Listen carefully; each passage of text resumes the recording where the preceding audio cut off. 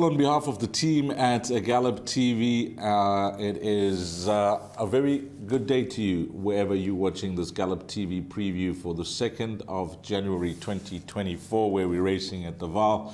And whilst it's not officially the first day of 2024 for Gallop TV, I will tell you that this is the first time both our analysts for Highveld Racing, Alistair Cohen and myself, will be doing anything racing, because this show is recorded very early on the 1st of January for the 2nd of January. So let's welcome in Alistair Cohen. And I think, firstly, Alistair, I wished you all the best over the festive season, but it's now a new year, 2024, and to yourself, Candace, Tabisi, and everybody, all the best for 2024. Thanks, Dees, and to you and your other half, and to everyone associated with racing. We wish 2024 is the best year ever. I know that it becomes cliche and the wishes sort of stay the same every year, but generally there are good things happening in racing in South Africa at the moment. I hope the results will go according to plan, and I hope when you get to 31 December 2024, you're in the plus. I think 2023 ended on a good note. Maybe the results didn't go according to plan, but there's some good horses running around. And I think what always brings a little bit of extra sparkle to the start of the year is obviously that the Lomarog Kings Plate is generally run in the first week of the year. I'm doing a nice little promo that will hopefully be done in time for the big race and getting a lot of the history in for the Lomarog Kings Plates. And I think that's a lovely way to start every year. And so all the punters, may the Vaal on this Tuesday be everything that you want it to be. But as I said to Sheldon for the Saturday card, I like Thursday's card a lot of Turffontein. This card, fun, we'll get through it, but I like Turffontein on Thursday a lot. Yeah, and to you, the valued racing fan, 2024, well, I hope it's lift off into what is going to be an awesome year for you and to everybody involved in South African racing. Let's get straight into it. The Vaal on Tuesday the 2nd. And I just want to have a look at what's on the betting menu, Alistair, before we move into race number 1. Well, there's 8 races carded. The first race begins at 12:35, 25 to 1, which will kick off the exotics. And let's begin in race number 1. As always, I'll give you forecast betting, horses that are in single figures. Race number 1 is a maiden plate over 1,000 meters, where number 4 is at 8 to 1, number 5 is at 3 to 1, and then horse number 8 is at 6 to 10. Just looking at the field, I see there's, at the time of recording that is, there's three-year-old geldings taking three-year-old fillies on, but one of them, Dar Solo, Tony Peters' runner, is deep in the red. Is this a banker? Can we get off to a flying start? Our first meeting in the Highveld, take the 6 to 10 and sit? I think your price is warranted here, Dees. Tony Peter trains, Jason Gates takes the ride. The last run to Love Tap, although Love Tap went off at 66 to 1, beat a 6 to 10 favourite. Also ran 18 lengths last. Sutherland came and ran a lovely race in second. Sutherland, I think, is the relation to Thunderstruck, who runs in a very hot sprint on Lomarog Kings Plate there. So I think number 8, Dal Solo, deserves her place at the top of the boards. Should win. Looks to be a bar pot banker. I have a bit of time for this horse, Sea Shanty. I'm not convinced Sea Shanty can beat number 8, Dal Solo, but I think the price of 8 to 1, I mean, look, we'll have to see race time what type of price we get a place and if there is any value with Sea Shanty, but potentially us boxed exacta with 8 and 4 could be the way to go, because Sea Shanty's first run to Ethernator, although that form is quite shallow, second run to Virgin River, don't read everything into that, because it might have been beaten 15 lengths. Also ran behind Sea Shanty. Inafix has come out and won. Gold Agent, who finished 2 lengths behind Sea Shanty, so beaten 17 lengths, has come out and run second. Forgiveness found 1 over a mile on Saturday at Turffontein, but that's a good form line. And then probably more encouragingly is that the horse who ran third, Presley, won a good race from a deep draw. That's a nice piece of form that number 4 Sea Shanty brings in. So I just think beating 15 lengths to the Virgin River might not be as bad as what people think going into a race like this. So for me, 8 Dal Solo to beat number 4 Sea Shanty, and I think that's a nice exacta, but bar pot banker to start. Yeah, that could be a good payout on your return of your investment. I'll guarantee you that you'll get more than 6 to 10 if that exact has to ride 8x4. Alistair picking a nice roughie there. Sea Shante in race number 1. Moving along to race number 2, which is the start of the place accumulator. It's at 13:10, 10 past 1. It's 1,000 meters. It is a maiden plate. And the betting, number 1 at 7-2, 2 at 4-1. Number 3 at 13-10. 5 is a scratching at the time of recording. And number 9 is at 28-10. There is some form to work around here. I think regardless of the top 3, if you can try and get this trifecta with the minimum spend, you will show a good profit. And I'm glad that you teed me up with the trifecta, because let's get the first thing out of the way. The place accumulators are my suggested bets, and there are a few horses here that are on my radar that I want to talk about. They are 1, 2, 3, 4, and 9. But in the place accumulator, I've narrowed it down to 3 and 9, which I'm more than comfortable with. I think Winter Path, a little bit of anti-post money. I think that she'll be a hard horse to beat. Cabello Matsinyani rides for Sean Terry. The Lovegrass form is represented by half the field here.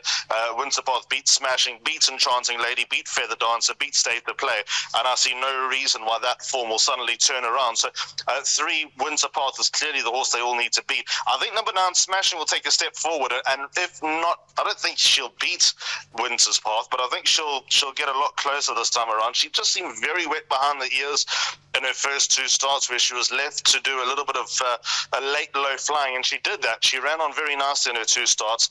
She's back over 1,000 meters. The mother was prolific over 1,000 meters, Wrecking Ball. She was trained by Grant Maroon.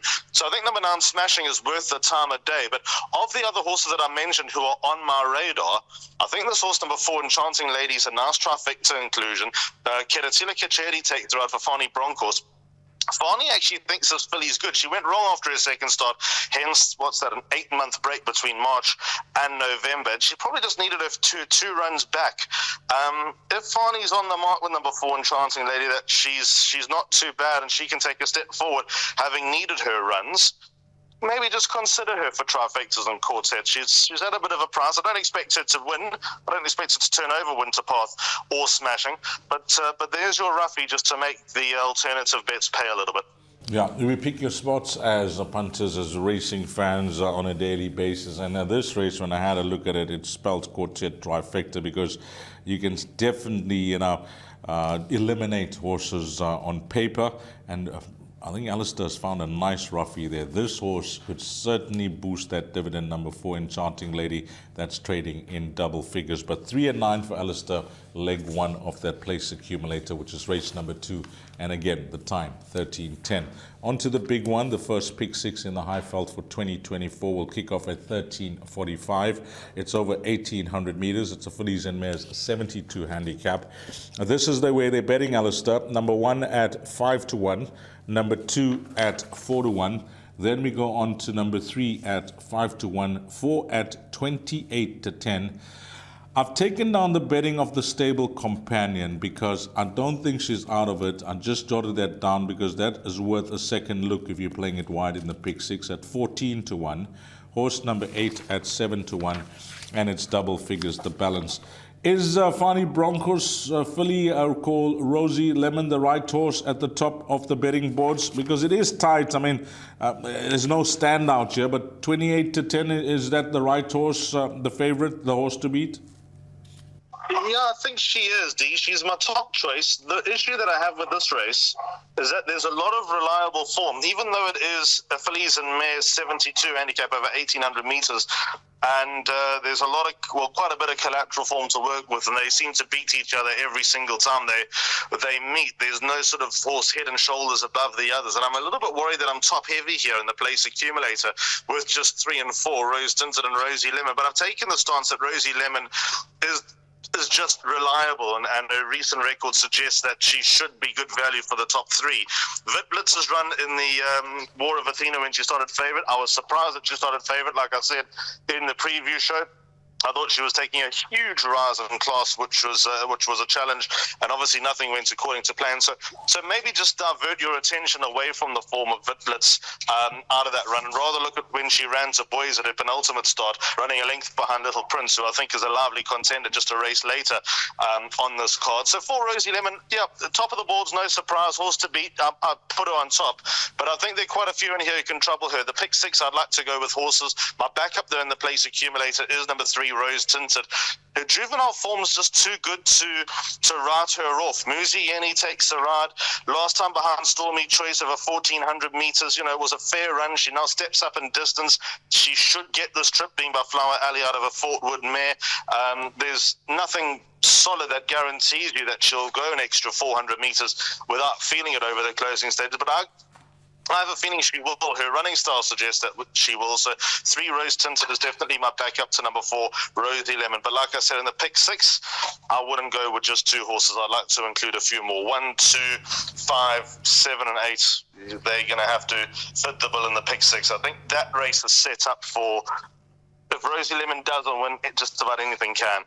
Okay, we got 7 runners in the pick 6. I'm jotting some numbers down, and maybe if I see if it's worth it. Well, we're going to have to eliminate one, Alistair, because otherwise we're going to have to go with the field here. What are we doing? I mean, your suggested numbers 1, 2, 3, 4, 5, 7, and 8, which adds to 7. So, I mean, are we going to say field, or are you going to go a bit light at the back of the card where you think we can narrow down the sperm, or do you think we can narrow this down to 6? If I'm looking, it would be 7 Gilda Grey. That would be my elimination. I don't think Gilda Grey is as good as Rosie Lemon. So, 7 would be my vote to eliminate if we eliminate something. Q Gilda Grey coming in winning by a furlong. Okay, 1, 2, 3, 4, 5, and 8. 1, 2, 3, 4, 5, and 8. I'm happy with that. That is race number 3, or the field. Well, let's see what the spend works out to.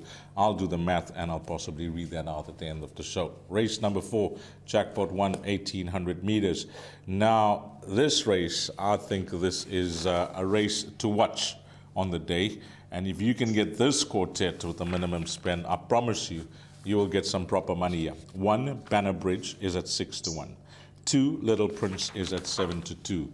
Number 3, Fushimi Nari is at 4 to 1. 4, Katsu at 5 to 1. 7, Copper John at 6 to 1.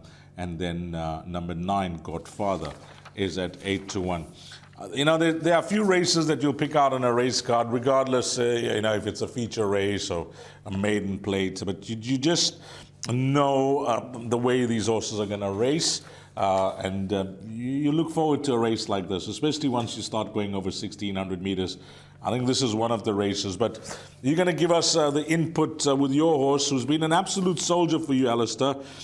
Considering he's a 7-year-old, he's raced 40 times, he's won 8 times for you, close to $500,000 in stakes for a purchase of 160,000. I think the good wife has done you well, yourself and the Coens, on this horse. Yep.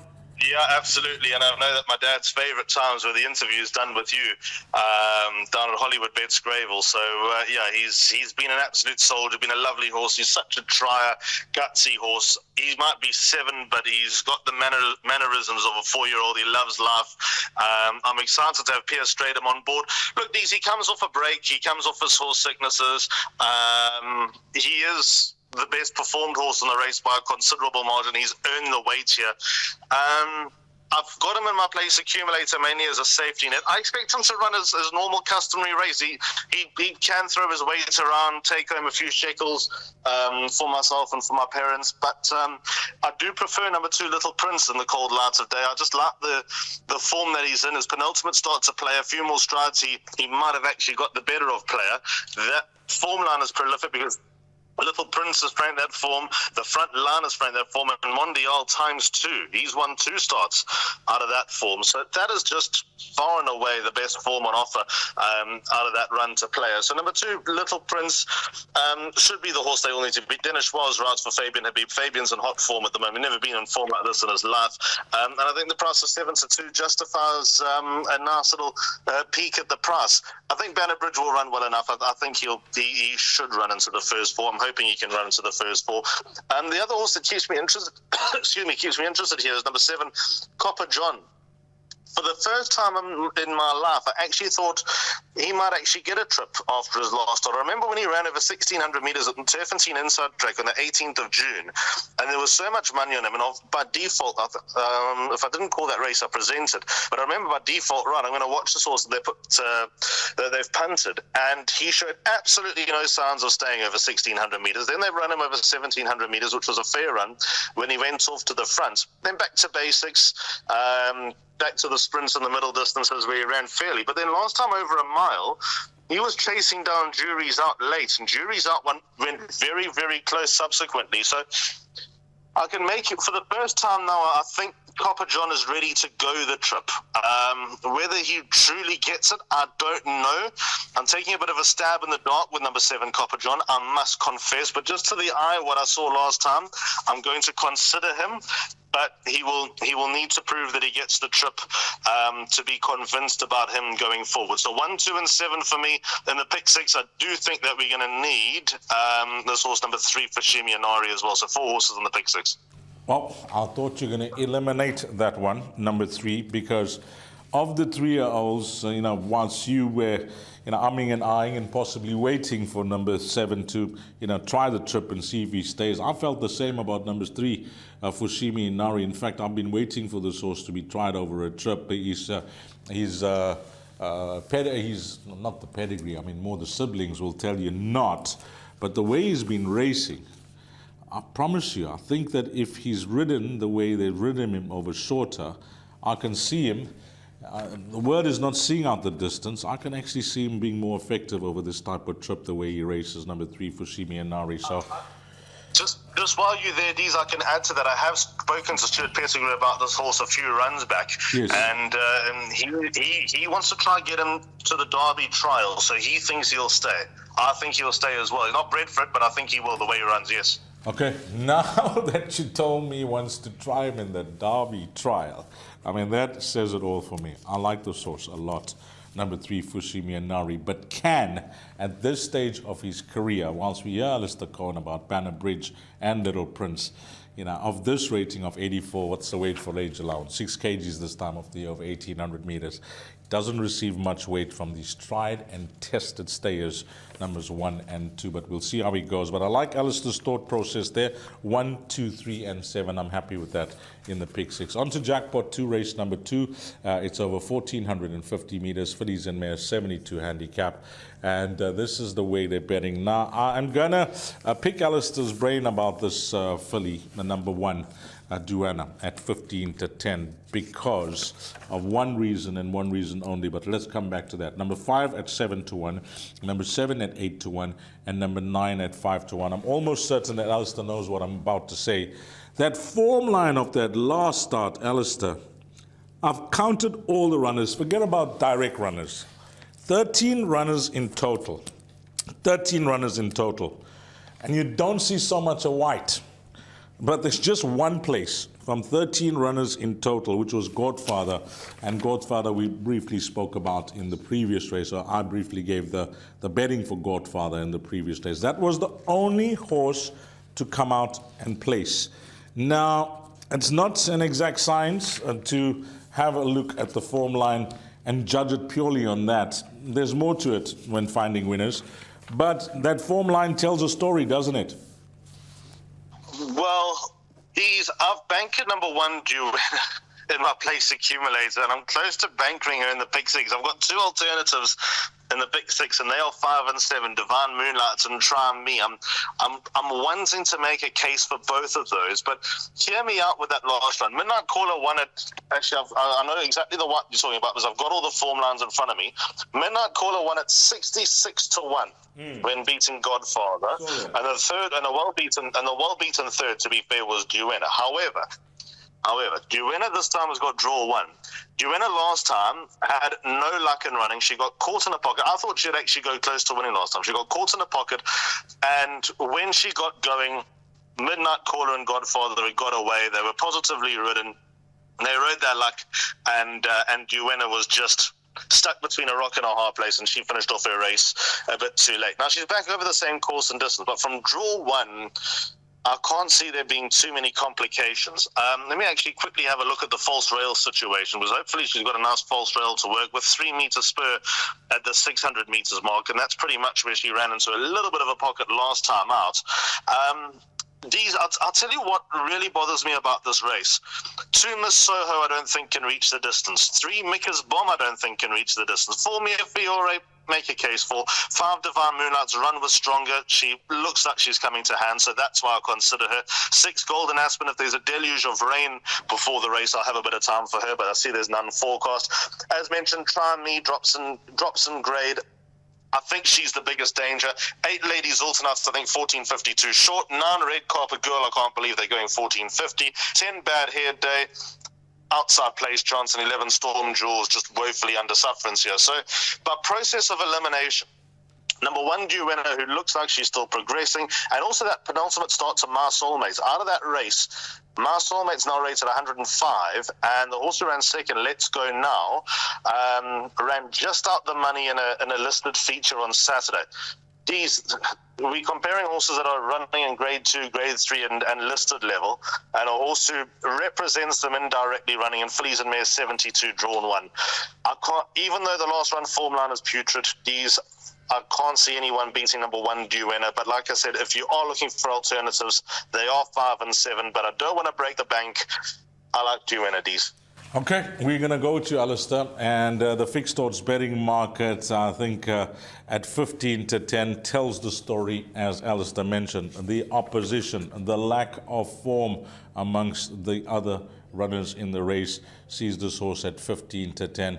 All we're going to say is that form line last time out, we know it sucks, but all we're saying is that there were excuses, and you will see the Duenna that we all want to see come to the races on Tuesday from draw number 1, everything going to plan with an informed jock, informed stable, and she's the banker bet on the card. Race 5, horse number 1, Duenna. So I'm writing this pick 6 down, and we'll see what that cost comes through. I like the perm as we go halfway through that bet. Race number 6, it is over 1,450 meters. It's a low E division, merit rated 68 handicap. And would you get a result here? Well, Alistair Cohen to tell us more after I give you the betting. Number 1, 18 to 10. Number 2 is at 9 to 2. Then we go on to number 4 at 6 to 1. 5 at 9 to 2. 6 at 5 to 1. And it is double figures, the balance. Do we play for the result here after our banker arrives in race number 5? Ironically, the answer to that question is I think even if the favourite wins, it's still going to be some sort of result. This is not pretty. This is not, look at, this is the tried and tested, barring Warhawk, Bomber, and Duke of Rock. We've got some tried and tested, exposed, uninspiring form into this race. There's a horse like JP2000 who I've been on the side of so many times, whose last run was so bad. Maybe it was just down the Vaal straight. Maybe it's worth another chance. But in the place accumulator, I've gone 7 and 8. And literally my feeling here is I'd rather make an idiot of myself with 2 horses than make an idiot of myself with 5. That is how I'm thinking with this race. 7 and 8, risky business, returning from a break. I like the way that she stays on. Coming out fresh might be able to do her a bit of justice. That's generally although St. John doesn't win with first-timers, horses coming back from a break tend to perform for St. John because he keeps them on the boil for quite some time. So 7 risky business, I've just hoping can at least run into the first 3. And if she does, number 8, Written in Stone, that 8-year-old running for the 77th time, Jeffrey Saister takes the ride. Nice draw. I like the way that this horse has also been staying on of late. And what's the rating now? Still a 56. Not being given any relief by the handicapper, which is not ideal. I still think that he's best on the Turfentine inside track, or better there than anywhere else. But he's hinting. He's hinting that a good performance or another solid performance is just around the corner. It's so hard to make a case for anyone here. I think number 1, Duke of Rock, has been disappointing, and he now goes 1,450 meters off a heavy weight. I'll frustrate myself if I talk about this race anymore, Deez, I must be honest. Yeah, and therefore the rule. Because you can imagine how many times I've felt like that idiot, missing big exotics. And I'm talking proper numbers. just by leaving out 1 or 2 horses. So I'm saying let's go the field here. We're multiplying that perm out by 9 at the time of recording, and Alistair Cohen, by the sounds of things, is just hoping to survive in his place accumulator. Race number 7, penultimate race on the card. Thus far, we're on 216 Rand. So we'll see if it's worthwhile to call out the spend.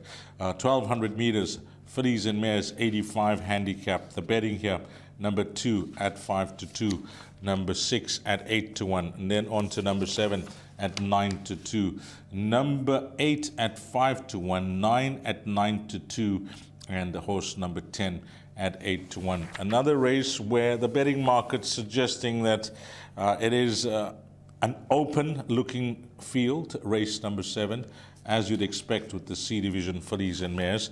I know that your suggested bet, as you've been speaking throughout the show, seems to be the place accumulator. But let's touch on your PA numbers and possibly then give us horses for the pick 6. 2 and 8, my PA numbers, and I think the only horse that I'm prepared to throw into the pick 6 as an alternative is number 7, Woman of Fame. Potentially number 4, Wings Within Me. But these, I have to be quite confident about Candice's horse, number 8, Champimpi here under Craig Zaki. She ran to a rating of 92 last time. That was always the idea, just to see where Champimpi stands and how much scope there is to grasp with this daughter of Danon Platina. She's quirky. Craig Zaki's not ridden her before and not sat on her and worked because he's been away over the Christmas period. Would have been ideal if Craig was able to get across, but I mean, you know, the man's been working hard. He gets a week suspension. He's more than entitled to spend time off. So no one's holding him to that. But Champimpi ran to a 92 last time out, hence there's got to be a bit of wiggle room here. She needs a lot to go according to plan. It would have been more confidence if she was down the straight, because she can get the bit between her teeth and tear off and fall into a hole. But last time she acquitted herself nicely against much stronger.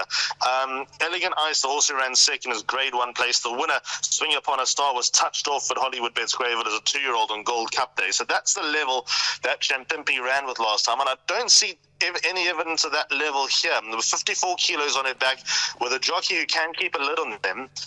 I think number 8, Champimpi, is going to justify a big run here. Number 2, Jasiri, I have a lot of time for, because the Woman of Power form is under the spotlight here with Wings Within Me. Jasiri easily beat Wings Within Me. Wings Within Me's got a little bit of weight to work with, but I also think Jasiri's improving. It's just her 4th start, whereas Wings Within Me has her 6th. I'd expect Jasiri to stay in front of Wings Within Me. So those 2 in the place accumulator, I think, are clearly sufficient. And then, as mentioned, number 7, Woman of Fame, that's my alternative. Had a bad draw last time out, was in the middle of nowhere, really. Kelvin Habib takes her out this time from a better draw. I think she'll run better, number 7, Woman of Fame. So just include her if you're looking for backup. So maximum 3 horses in the pick 6. I'd nearly be comfortable with 2, but I only like to get my pick 6s on sort of 5 minutes before the pick 6 begins. So I'm an R about it just before the race. Yeah, just before race 3. I think 2 and 8, yeah, Alistair. I'm willing to cut down the cost of this prep, and quality-wise and what they represent in a horse that took a lot of time to crack the maiden. Yes, she may have needed time to mature, etc. But I can't see her, only giving you. She's actually giving you a half a kg in number 7, so I personally can't see that. So I'm happy with 2 and 8. We're reducing the cost of the perm, and Alistair Cohen, like most of us, last minute, that is where the action is. That is where the action is. The last 5 minutes is when we play, and that is a big thing when it comes to telephone betting, but that's a topic for another day. Race number 8, 1,200 meters, merit weighted 78 handicap. And how are they betting here? Well, so far, so good. 12, 1, 3. So we're going on 432. I'm just doing some multiplication, Alistair, with regards to our perm. We're sitting on 432 for the pick 6. And this race, betting number 2, 18 to 10. Number 4, 7 to 2. Number 5 at 11 to 2. And then it is horse number 12 at 8 to 1. There is a form update for Cerulean Dancer. Ran 4th, beaten 3 lengths by Nettleton. that was on the 28th of December at the Vaal over 1,200 meters, and Muzieni will ride for the stable of Fani Broncos. Yep, you just alluded to in the past about the purple patch that Fabian Habib is going through, and I must agree with that because, of course, Dylan's got a lot of horses with a lot of trainers around the country, and he's got a few shares in a lot of horses with Fabian Habib, who is going through a solid run of form ending 2023.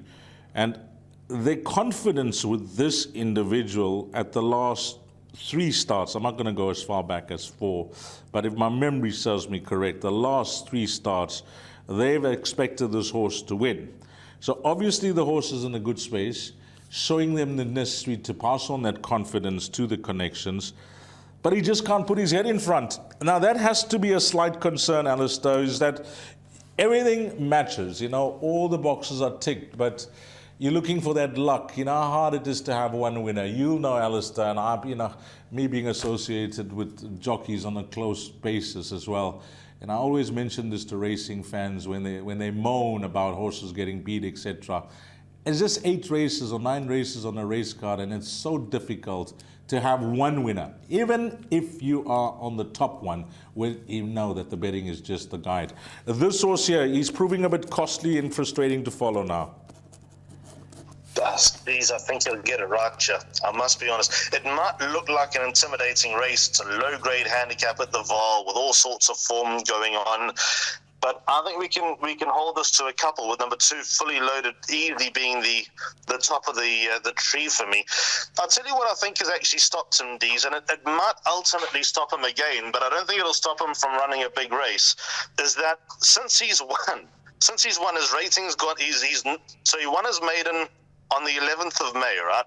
He was given a 72 for winning his maiden. He's not won since, and here he is rated 78.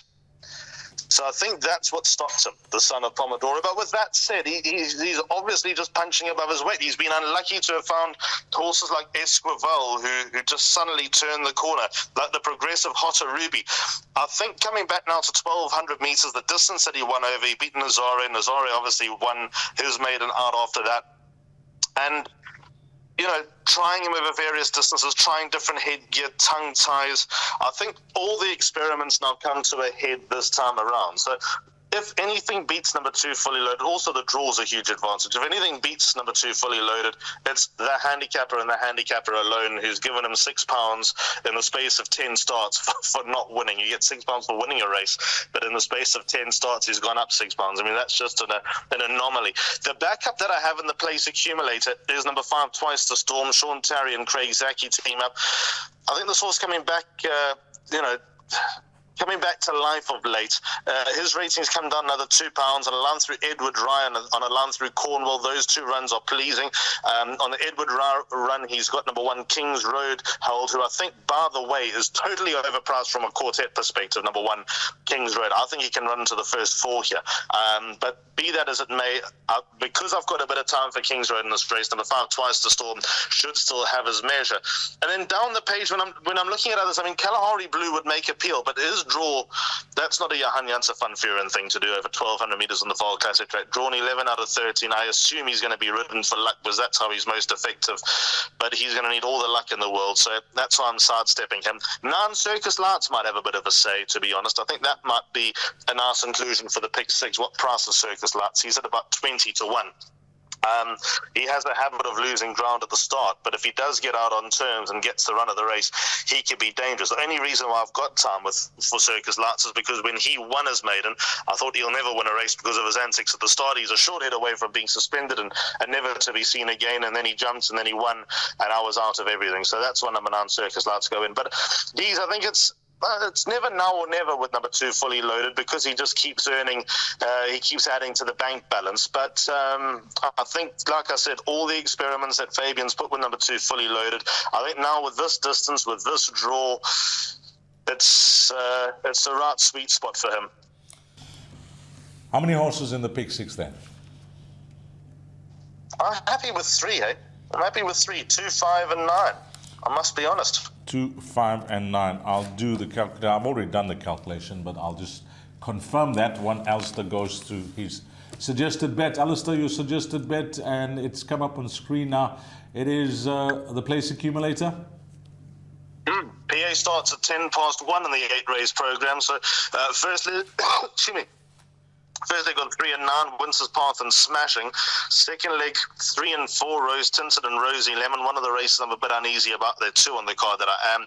Race 4, 1, 2 and 7, Bannerbridge, Little Prince and Copper John. My banker 1 due winner. Race 6, I am totally uneasy about. 7 and 8, Risky Business and Written in Stone, 2 horses at a price. Hopefully one of them can run into the first 3. A scratching in that race, by the way, will help a lot. Then 2 and 8, Jasiri and Champimpi. And then the final leg on 2 and 5, Fully Loaded and Twice the Storm. Just something that was done during the course of this preview show. A pick 6 just for you to use as a structure. First leg 1, 2, 3, 4, 5 and 8. By 1, 2, 3 and 7. By 1 a banker. By the field multiplied by 9 at the time of recording. By 2 and 8. By 2, 5 and 9 at the back. And that spend will be 130 Rand. Will give you 10%. Alistair, thanks for your time, and I think more importantly and more especially, thanks for your input and throughout 2023. It's been valuable, and you've had a run where you were in excellent form, and just like anything in life, it's the highs and lows. But hopefully 2024 is one of those successful years on the punting front. Yeah, thanks, Dees. 2023 was obviously a tricky one for myself. It certainly started off on a bit of a sour note, but we finished very, very strong, and hopefully we can ride that momentum throughout the year. And like I said, to yourself and to all the viewers and to your family and to all racing fans, may it be the best one yet, and hopefully we can stop with a bang on this trappy little Vaal card. Thanks to Alistair Cohen. Thanks to the entire team at Gallop TV. For Alistair Cohen, Gallop TV, myself, Dees Dine, and to you, the valued racing fan. Again, we wish you all the best in 2024. And until the next show on Gallop TV, you take care. Salani Gashle.